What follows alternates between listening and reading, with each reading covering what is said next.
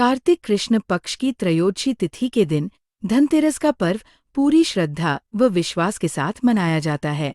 धनवंतरी के अलावा इस दिन देवी लक्ष्मी और धन के देवता कुबेर की भी पूजा करने की मान्यता है।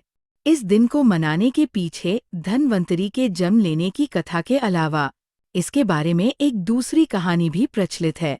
कहा जाता है कि एक समय भगवान विष्णु मृत्युलोक में विचरण करने के लिए आ रहे थे, तब लक्ष्मी जी ने भी उनसे साथ चलने का आग्रह किया। तब विष्णु जी ने कहा कि यदि मैं जो बात कहूँ तुम अगर वैसा ही मानो तो फिर चलो। तब लक्ष्मी जी उनकी बात मान गई और भगवान विष्णु के साथ भूमंडल पर आ गई। कुछ देर बाद एक जगह पर पहुंचकर भगवान विष्णु ने लक्ष्मी जी से कहा कि जब तक मैं न आऊं तुम यहाँ ठहरो। मैं दक्षिण दिशा की ओर जा रहा हूँ, तुम उधर मत आना।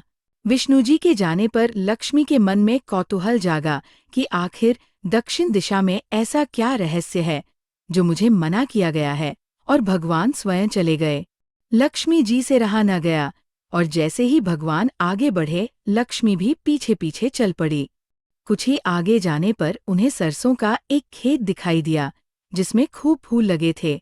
सरसों की शोभा देखकर वो मंत्रमुग्ध हो गई और फूल तोड़कर अपना श्रृंगार करने के बाद आगे बढ़ी। आगे जाने पर एक गन्ने के खेत से लक्ष्मी जी गन्ने तोड़कर रस चूसने लगीं। उसी क्षण विष्णु जी आए और ये देख लक्ष्मी जी पर नाराज होकर उन्हें शाप दे दिया कि मैंने तुम्हें इधर आने को मना किया था, पर तुम न मानी और किसान की चोरी का अपराध कर बैठी। अब तुम इस अपराध के जुर्म में इस किसान की 12 वर्ष तक सेवा करो। ऐसा कहकर भगवान उन्हें छोड़कर क्षीरसागर चले गए। तब लक्ष्मी जी उस गरीब किसान के घर रहने लगीं। एक दिन लक्ष्मी जी ने उस किसान की पत्नी से कहा कि तुम स्नान कर पहले मेरी बनाई गई इस देवी लक्ष्मी का पूजन करो, फिर रसोई बनाना, तब तुम जो मांगोगी मिलेगा। किसान की पत्नी ने ऐसा ही किया। पूजा के प्रभाव और लक्ष्मी की कृपा से किसान का घर दूसरे ही दिन से अन्न, धन, रत्न, स्वर्ण आदि से भर गया।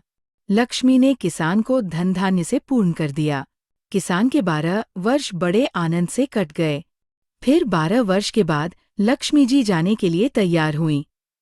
विष्णु जी लक्ष्मी जी को लेने आए तो किसान ने उन्हें भेजने से इनकार कर दिया।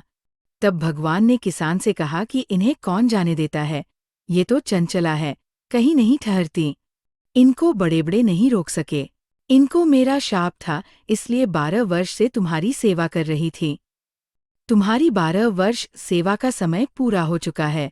किसान हठपूर्वक बोला कि नहीं, अब मैं लक्ष्मी जी को नहीं जाने दूंगा। तब लक्ष्मी जी ने कहा कि हे किसान, तुम मुझे रोकना चाहते हो तो जो मैं कहूँ वैसा करो।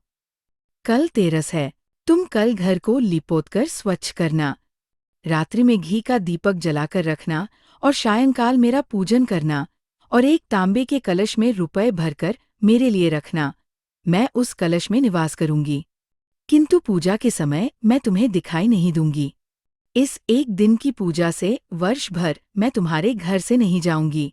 यह कहकर वह दीपकों के प्रकाश के साथ 10 दिशाओं में फैल गई। अगले दिन किसान ने लक्ष्मी जी के कथानुसार पूजन किया।